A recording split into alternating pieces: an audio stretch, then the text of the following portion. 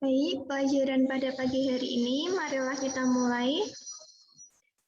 Sebelum memulai pelajaran pada pagi hari ini, berdoa menurut agama dan kepercayaan masing-masing. Berdoa disilahkan.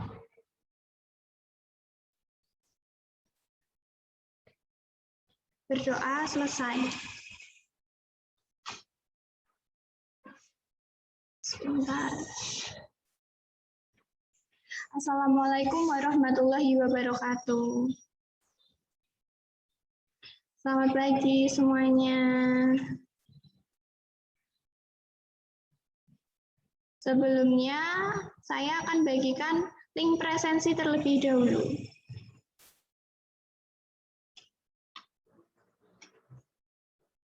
Silahkan cek pada bagian kolom chat, itu sudah saya kirimkan link presensi, kalian bisa mulai presensi.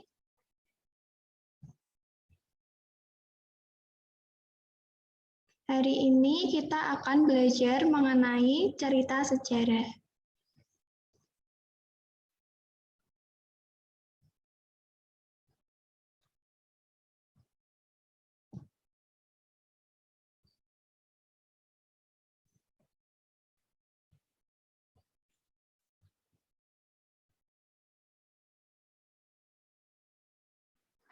Novel Sejarah Bahasa Indonesia, kelas 12 semester 1 SMA Negeri 1 Karangrayung.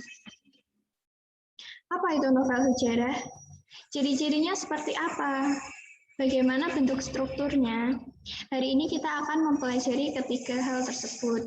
Sehingga tujuan pembelajaran pada pagi hari ini yaitu peserta didik diharapkan mampu mengidentifikasi struktur teks novel sejarah, mengetahui definisi novel sejarah, serta ciri-cirinya.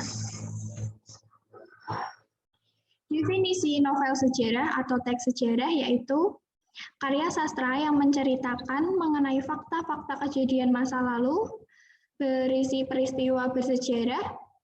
Walaupun mengulas fakta-fakta dalam sejarah, novel sejarah juga berisi hal-hal yang berasal dari imajinasi penulisnya. Ciri-cirinya ada 5. Yang pertama yaitu kronologis atau urut peristiwa atau urutan kejadian. Kemudian berbentuk teks cerita ulang atau sering disebut dengan rekon. Kemudian strukturnya terdiri dari orientasi, urutan peristiwa, dan reorientasi. Kemudian yang keempat yaitu menggunakan konjungsi temporal. Dan yang terakhir, isi berupa fakta. Jadi dalam novel sejarah itu, sajiannya atau peristiwanya itu disusun secara urut. Kemudian ada struktur-strukturnya, dan juga biasanya berupa fakta. Jenis novel rekon dibagi menjadi 3, ada pribadi, faktual, dan imajinatif. Teks rekon pribadi itu merupakan novel yang memuat kejadian di mana penulisnya terlibat secara langsung. Kemudian rekon faktual merupakan novel yang memuat peristiwa yang benar-benar terjadi atau sesuai dengan fakta. Kemudian rekon imajinatif yaitu cerita masa lalu lebih detail berdasarkan imajinasi sang penulis.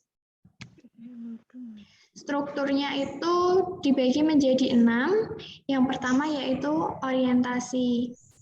Pada bagian ini berisi mengenai pengenalan atau pembukaan dari teks cerita sejarah.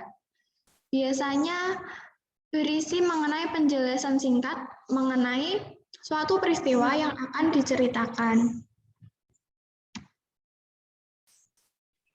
Yang kedua, pengungkapan peristiwa. Pada tahap ini, pengarang mulai menceritakan peristiwa awal yang nantinya akan menimbulkan berbagai masalah atau pertentangan yang akan dihadapi tokoh dalam novel tersebut.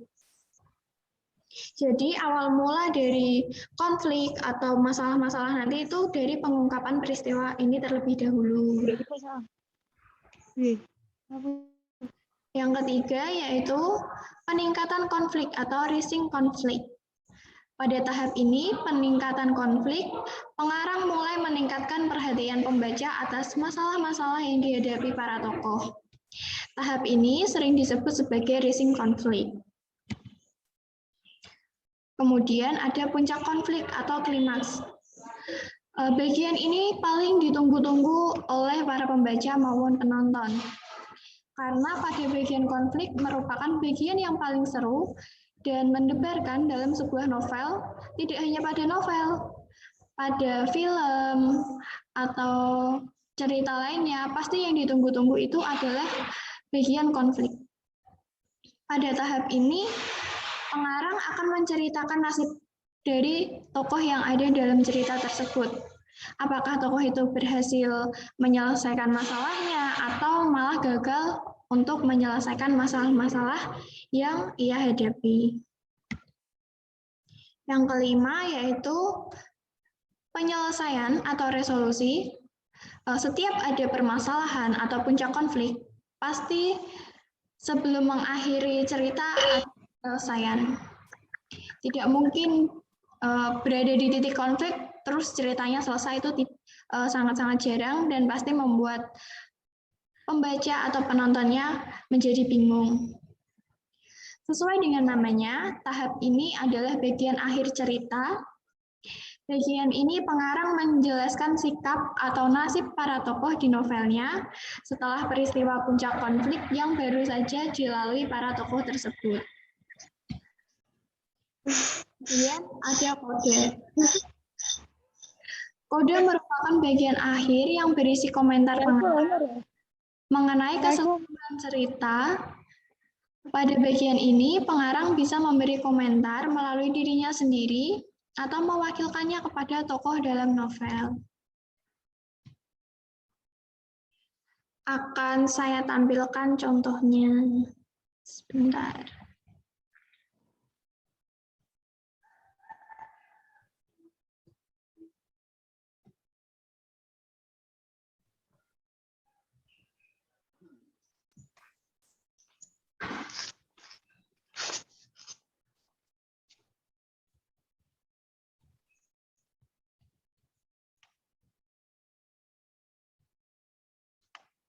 Nah, ini merupakan contoh struktur dari novel sejarah yang berjudul Gajah Mada Bergelut dalam Tahta dan Angkara. Ini merupakan bagian orientasi. Bagian ini berisi pengenalan novel tersebut akan menceritakan tentang apa, terus suasananya bagaimana, di mana kejadian itu. Nah, novel ini akan menceritakan mengenai masa-masa kerajaan Majapahit. Saat itu, di sini digambarkan kondisi kerajaan sedang sedih atau berduka, kemudian latar waktunya yaitu kala itu tahun 1309. Kemudian pengungkapan peristiwa. Pada bagian ini, penulis menyajikan peristiwa mengenai kematian Sang Prabu Kartaraja Jayawardhana. Kematian raja inilah yang menjadi penyebab munculnya berbagai masalah dalam cerita Gajah Mada ini. Kemudian, di sini tokoh utama Gajah Mada mulai menghadapi banyak persoalan. Ini merupakan struktur pengungkapan peristiwa. Kemudian, menuju konflik, ada peristiwa yang diungkapkan pada bagian ini merupakan peristiwa yang akan menyebabkan terjadinya konflik-konflik berkepanjangan dalam novel. Di sini, dalam kerajaan itu terdengar desas-desus setelah sepeninggalannya kala Gemet Sri Jayanegara, dengan segera muncul pertanyaan siapa yang akan naik tahta untuk menggantikannya.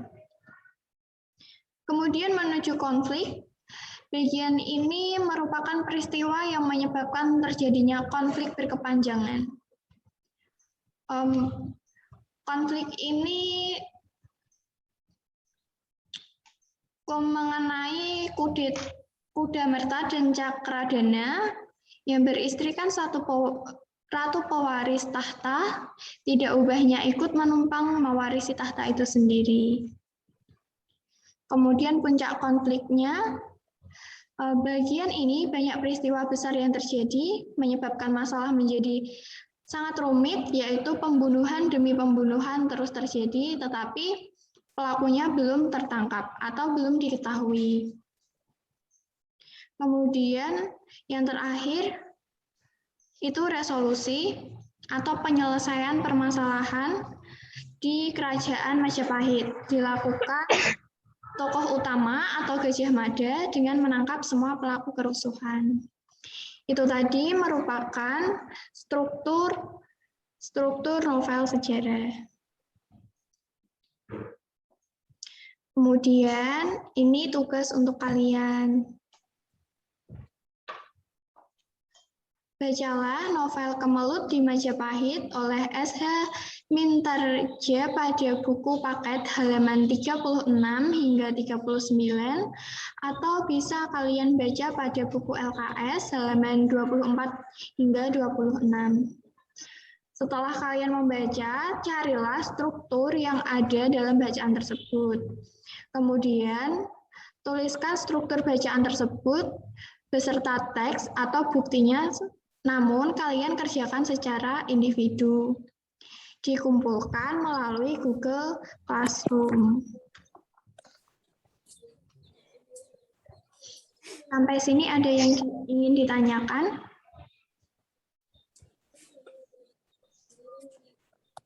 Ada yang ingin bertanya tidak? Jika tidak ada, saya anggap semuanya sudah paham. Setelah ini silahkan kalian buka Google Classroom untuk mengetahui materi tadi. Kemudian di situ juga ada link presensi dan juga tugas yang harus kalian kerjakan.